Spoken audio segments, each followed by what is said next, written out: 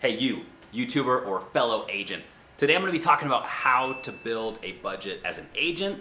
New agent, doesn't really matter. It's basically how to look at the expenses that you're spending and making sure that it's actually working for you as a business. So there's 5 points of how to build a successful budget. And point number 1 is be strategic. So one thing I always talk about in a lot of my discussions is, are you treating your business like a business or are you treating it like a hobby?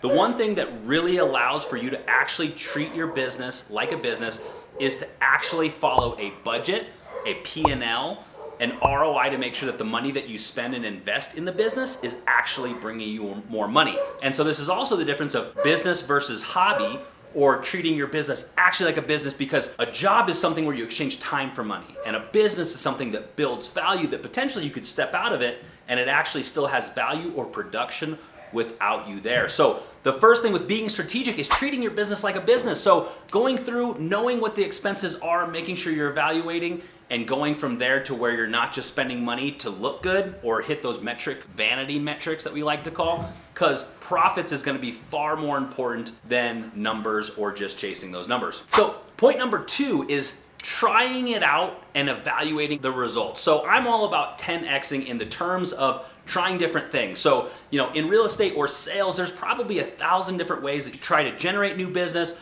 online, in person, chest to chest, nose to nose, whatever you want to say. Try it all, or try some things and then evaluate how it worked. Because I remember when I first got into the business, I remember trying out a quote unquote new age lead gen technology. And I think I ran it for 6 months before I was like, I have had no results, and I was getting ready to cut it.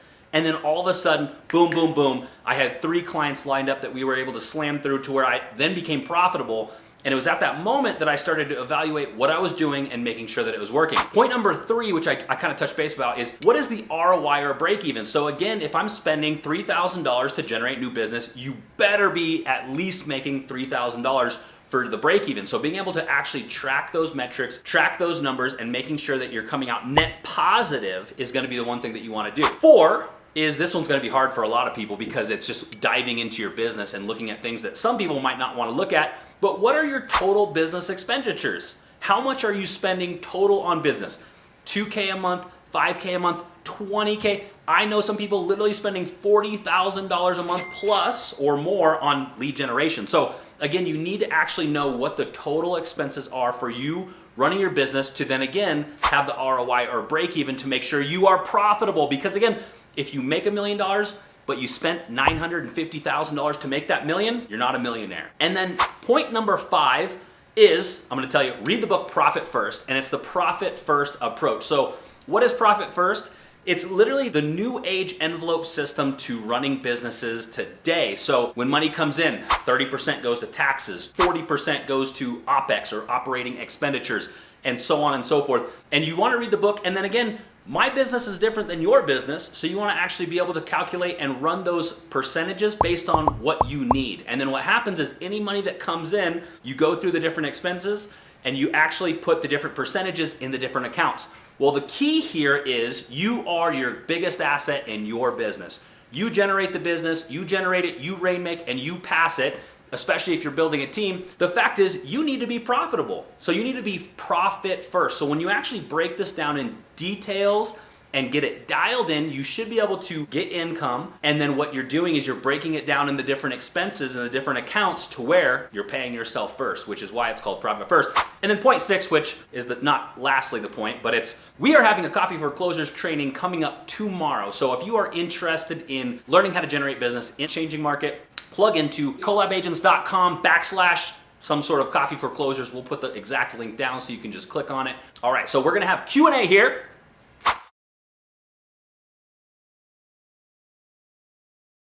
The question is, if you are brand new, should you invest in Zillow or some sort of expensive lead gen? So again, try different things, see how it works. One of the things that we love to do is having strategic partnerships with lenders, escrow, whatever you can do to generate cheap business, which we talked about how to do cheap lead generation in one of our past videos. However, I do have to say is I was brand new, a new person on a new island, getting into a new business, and I do have to give Zillow a little credit to where They were putting consumers in front of me that otherwise I would not have been in front of. So it's gonna go back to one of the points of try it out and then evaluate the results. The one thing I have to say about any lead gen that you're doing, especially the pay-per-click, the online stuff, is watch it like a hawk. So when I do a lead gen on any platform online whatsoever, I am strategically watching the spend, the zip codes. How is that zip code performing? Is it performing? Do I need to switch it to a different zip code? I love it. It actually helped us in business, so it's something that could